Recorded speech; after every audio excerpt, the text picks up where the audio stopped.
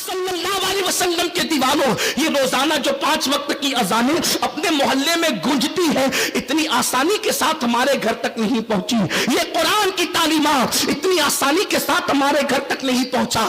آگے اللہ اکبر، آج میری قوم یہ سوچتی ہے کہ رسول پاک نے جبل ابو قبیس پہ چڑھ کر اشارہ کیا اور چاند کے 2 ٹکڑے ہو گئے تو پوری دنیا مسلمان ہو گئی. چاند کے ٹکڑوں کا برحق ہونا چاند کے ٹکڑے ہونا برحق ہے، چاند کے 2 ٹکڑے ہونا بالکل حق ہے. لیکن چاند کے ٹکڑے دیکھ کر کے جو لوگ مسلمان نہیں ہوئے وہ میرے آقا کی محنتوں سے مسلمان ہوئے ہیں، میرے نبی کی کوششوں سے مسلمان ہوئے ہیں، صحابہ کرام کی محنتوں سے مسلمان ہوئے ہیں. آؤ دیکھو تو صحیح، دین کی خاطر میرے اور آپ کے آقا کتنی محنتیں کرتے ہیں، حضور کے صحابہ کتنی محنتیں کرتے ہیں. ہم ان محنتوں کو بھول گئے، ہمیں صرف معجزات پر نعرے لگانا تو یاد رہا، لیکن مصطفیٰ جان رحمت کی محنتیں اس کے پیچھے کیا تھی اس کو ہم فراموش کر گئے.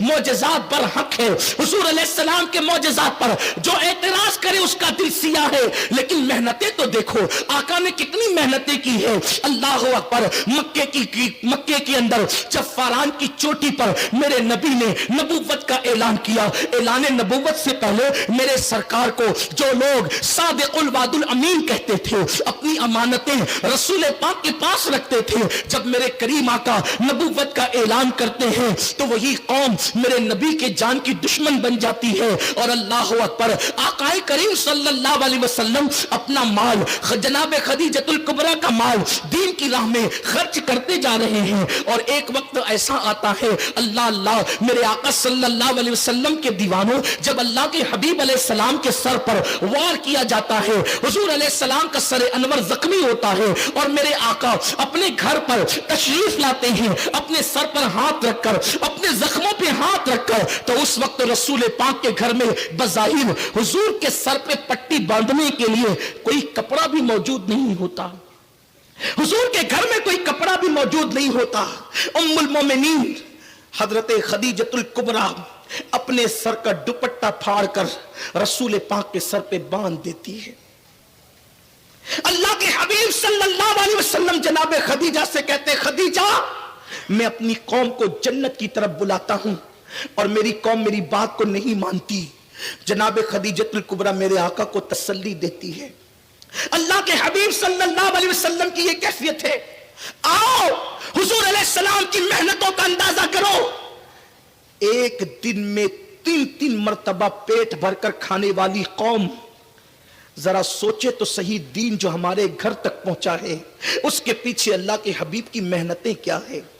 ام المومنین ماں عائشہ صدیقہ فرماتی ہیں، پہلا چاند طلوع ہوتا اور وہ چاند ختم ہو جاتا، لیکن اللہ کے رسول کے گھر میں چولہا نہیں جلتا تھا. پھر دوسرے مہینے کا چاند طلوع ہوتا اور وہ چاند بھی ختم ہو جاتا اور اللہ کے رسول کے گھر میں چولہا نہیں جلتا تھا. تیسرے مہینے کا چاند طلوع ہوتا اور وہ چاند بھی ختم ہو جاتا اور اللہ کے رسول کے گھر میں چولہا نہیں جلتا. کبھی کبھی کیفیت یہ ہوتی، کبھی 1 مہینہ، کبھی 2 مہینہ اور کبھی کبھی لگاتار 3 مہینے تک رسول پاک کے گھر میں چولہا نہیں جلتا تھا. اللہ کے حبیب صلی اللہ علیہ وسلم پیٹ پر پتھر باندھ لیتے تھے. حضور علیہ الصلوۃ والتسلیم کے یہ معاملات گو کے اختیاری تھے، لیکن حضور علیہ السلام کی محنتوں کو محسوس تو کرو. آپ مجھے بتائیں، وہ رسول جو دین کی خاطر اپنے پیٹ پہ پتھر باندھتے ہوں، 3 مہینے تک رسول پاک کے گھر میں چولہا نہ جلتا ہو، آقا کریم صلی اللہ علیہ وآلہ وسلم کو زخمی کیا جاتا ہو اور گھر کے اندر سر پہ پٹی باندھنے کے لیے کپڑا نہ ہوتا ہو، جب حضور علیہ السلام کا کوئی امتی اسی دین کو پامال کرتا ہوگا یا پیٹ کے پیچھے پھینکتا ہوگا تو اس وقت اللہ کے رسول کے دل پر کیا گزرتی ہوگی، آقا کریم صلی اللہ علیہ وسلم کے دل پر کیا گزرتی ہوگی. ہمارا باپ اگر رات و دن محنت کر کے دولت اکٹھا کرے تو ایک بیٹا کہتا ہے میرے باپ کے سر کا پسینہ پیر تک آیا ہے، تب کہیں جا کر کے ہمارے گھر میں دولت جمع ہوئی ہے، اس لیے میں اس دولت کو ضائع نہیں کر سکتا، اس دولت کا مس یوز نہیں کر سکتا، اس دولت کا غلط استعمال نہیں کر سکتا. سنیوں میں تم سے پوچھنا چاہتا ہوں، باپ کا پسینہ اگر سر سے لے کر پیر تک آئے تو تم اپنے باپ کی محنت रसूल पाक का पसीना नहीं, हुजूर का खून सर से लेकर के पैर तक आया था। तब कहीं जाकर के ये दीन की शम्मा रोशन हुई है, ये दीन हमारे घर तक पहुंचा है। लेकिन अपने मन में डूब कर जरा सोचो, क्या जो दीन, जिस दीन की खातिर अल्लाह के हबीब ने ताइफ की वादियों में पत्थर खाए थे, हत्ता कि हुजूर की नालैन खून से भर गई थी, आकाए करीम सल्लल्लाहु अलैहि वसल्लम की नालैन खून से भर गई थी, क्या हुजूर अलैहिस्सलातु व तस्लीम की मेहनतों के साथ हमने ये सलूक किया कि आज मुसलमानों के घरों में रात के 3-3 बजे तक के सिनेमा की और गानों की आवाजें आती है। मुस्लिम नौजवान जिना के मनाजिर अपने हाथों में मोबाइल लेकर के देखते हैं। रसूल पाक की सुन्नत दाढ़ी है ये बयान किया जाए तो लोगों को सुन्नत रसूल पर अमल करने में शर्म आती है। और अगर अल्लाह अकबर कोई क्रिकेटर दाढ़ी रख ले तो मेरा हर जवान दाढ़ी रखने के लिए तैयार हो जाता है। जरा सोचो तो सही, जो कौम अपने नबी की सुन्नत को क्रिकेटर के तरीके से ज्यादा अहमियत न दे, उस कौम को जमीन पर इज्जत के साथ जीने का हक क्या है? वो कौम कैसे तरक्की की मनाजिल तय करेगी? वो कौम कैसे उरूज पाएगी? उस कौम को रहमतें और बरकतें कैसे मिलेगी? जो कौम को अपने बाप की मेहनतों का एहसास तो है, लेकिन रसूल पाक की मेहनतों का एहसास नहीं। दीन सिर्फ करामतें बता करके नहीं पहुंचा हम तक, दीन सिर्फ मोजज़ात की वजह से नहीं पहुंचा हम तक। करामात और मोजज़े हक है, लेकिन उसके पीछे हुजूर की मेहनतें कितनी, अल्लाह के हबीब सल्लल्लाहु अलैहि वसल्लम की मेहनतें कितनी हैं।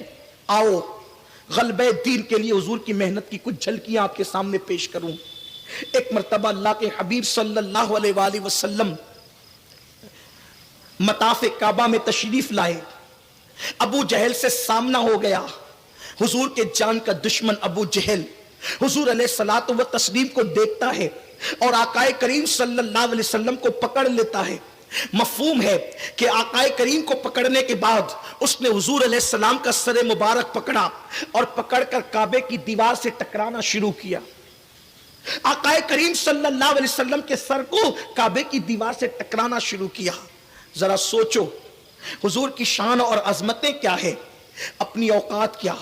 हम हुजूर की नालैन के जर्रे के बराबर नहीं हो सकते। अगर कोई हमें धक्का दे दे तो हमारी कैफियत क्या होती है, कोई अगर हमें तेज नजर से देख ले हमारी कैफियत क्या होती है। लेकिन इस दीन की खातिर, अल्लाह के दीन की खातिर, जिसकी बरकत से हम अपने आप को मुसलमान कहते हैं, फख्र से मुसलमान कहते हैं, इस दीन की खातिर हुजूर की मेहनतें। अबू जहल लईन ने मेरे आका अलैहिस्सलाम का सर अनवर पकड़कर काबे की दीवार से टकराना शुरू किया।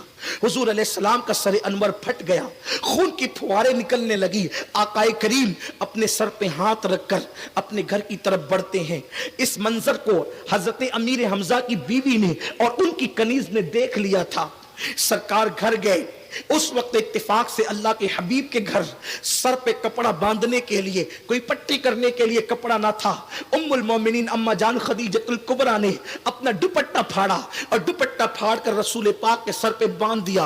हुजूर अलैहिस्सलाम सर अनवर झुका करके बैठे हुए हैं और इतने में अल्लाह अकबर, अमीर हमजा जो अब तक मुसलमान नहीं हुए थे, हुजूर अलैहिस्सलाम के चचा हैं, इस्लाम नहीं लाए थे, शिकार के लिए जंगल में गए थे। अरबों का तरीका था, जब वो शिकार करके लाते थे तो आगे ला करके रखते थे शिकार, ताकि दुनिया देखे कि हम शिकार करके लाए हैं। हमजा जैसे ही अपनी सवारी पर आगे शिकार रख करके लाए, बीवी खड़ी हुई थी इंतजार में दरवाजे पर। जैसे ही हमजा ने फातिहाना शान से अपनी बीवी की तरफ देखा तो बीवी कहने लगी, तुफ है तुझ पर कि लोग तेरे भतीजे को जख्मी करते हैं और तू शिकार पर फातिहाना शान से अपनी बीवी की तरफ देखता है। हमजा, तेरे दुनिया से तशरीफ ले जाने वाले, फौत हो जाने वाले भाई का बेटा जिसे मोहम्मद कहते हैं, आज अबू जहल ने उन्हें ऐसे मारा कि उनका सर अनवर फट गया। अबू जहल ने उनको जख्मी कर दिया। कहते हैं कि बीवी की बात दिल पर बहुत लगती है। साथ ही में कनीज ने भी कहा कि आपके भतीजे के साथ ऐसा ऐसा सलूक किया गया। हमजा उतरे, शिकार को भूल गए और उसके बाद आपने सहने काबा में दाखिला लिया। आप दाखिल हुए, जैसे ही अंदर गए तो देखा कि अबू जहल वहां पर मौजूद है। हमजा अबू जहल पर झपटे और झपटने के बाद उसी तरह जैसे बताया गया था, अबू जहल का सर काबे की दीवारों से टकराया और टकराने के बाद फिर उसको एक तरफ फेंक करके हमजा मुस्तफा जाने रहमत के घर की तरफ चले। मेरे करीम आका अपना सर झुकाए हुए बैठे हुए थे। हुजूर अलैहिस्सलाम को सदमा था, मैं अपनी कौम को दीन की तरफ बुलाता हूं लेकिन मेरी कौम नहीं आती। मैं अपनी कौम को जन्नत की तरफ बुलाता हूं लेकिन मेरी कौम जन्नत की तरफ नहीं आती। हुजूर को सदमा इस बात पर नहीं था कि हुजूर को जख्मी कर दिया गया है। हुजूर को सदमा था तो इस बात पर था कि मेरी कौम मेरी बात क्यों नहीं मानती। मैं उनको जन्नत की तरफ बुलाता हूं, वो जन्नत की तरफ क्यों नहीं आती। मेरे आका सर झुकाए बैठे हैं। ऐसे में हमजा आते हैं और आने के बाद कहते हैं, ओ मेरे भतीजे मोहम्मद खुश हो जाओ। सरकार ने सर उठाया और अपने चचा को देखा। हजरत हमजा का ऊंचा कद था, जिस्म बहुत चौड़ा था, बहुत फुर्तीले और मजबूत आदमी थे, बड़े बहादुर थे। उनको शेर अरब के नाम से जाना जाता था, अरब के शेर के नाम से जाना जाता था। हमजा ने कहा, मेरे भतीजे मोहम्मद खुश हो जाओ। अभी तक ईमान नहीं लाए थे। हुजूर ने निगाह उठाकर देखा, क्या बात है चचा, किस बात पे खुश हो जाऊं।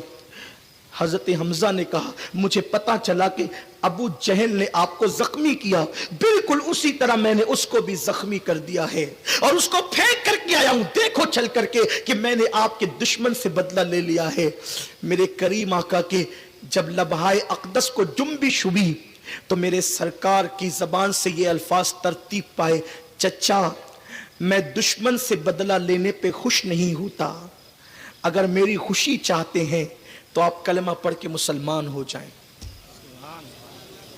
अगर मेरी खुशी चाहते हैं तो कलमा पढ़ के मुसलमान हो जाएं। हमजा कहते हैं, अगर आपकी खुशी इसी में है तो मैं कलमा पढ़ के मुसलमान होता हूं। उसी वक्त हजरत हमजा ने कलमा पढ़ा, ला इलाहा इल्लल्लाह मुहम्मदुर रसूलुल्लाह। मैं आपसे पूछना चाहता हूं, दुश्मन को मारा हमजा ने, लेकिन हुजूर खुश नहीं हुए।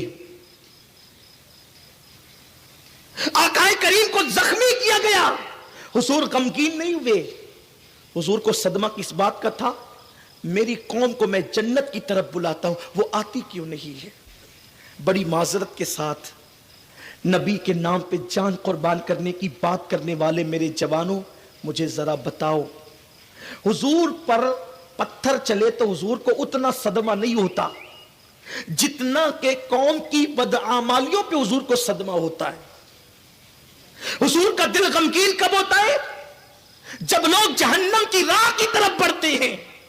अरे काफिर अगर जन्नत की तरफ बुलाने पर ना आए, इस्लाम कबूल न करे, तो हुजूर को इतना सदमा है, हुजूर अलैहिस्सलाम इतने बज़ाहिर गमगीन है।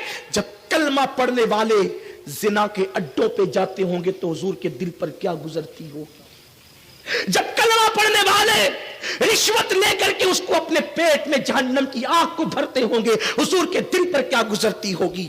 जब कोई मुसलमान सूदी कारोबार करके अपने आप को जहन्नम का ईंधन बनाता होगा, उस वक्त मेरे नबी के दिल पर क्या गुजरती होगी। जब कोई नौजवान किसी लड़की, अजनबी ना महरम लड़की के गले में हाथ डालकर उसको पार्कों में लेकर के घूमता होगा ज़िना के मंसूबे के साथ, उस वक्त रसूल पाक के दिल पर क्या गुजरती होगी। जब कोई बंदा अपने माँ बाप को झिड़कियां देता होगा और जहन्नम की राह का मुसाफिर बनता होगा, उस वक्त मेरे नबी के दिल पर क्या गुजरती होगी। अफसोस, हमने मिलादुन नबी तो मनाया लेकिन मिलाद मुस्तफा के मकसद को भुला दिया, मकसद मिलाद को फरामोश कर दिया। सुनो सुनो, हमजा से मेरे आका फरमाते हैं, हजरत अमीर हमजा से, कि हमजा दुश्मन से बदला लेने पर खुशी नहीं होती, बल्कि मेरे मिशन को जो मैं लेकर आया हूं उस पर अमल करने से मुझे खुशी होती है।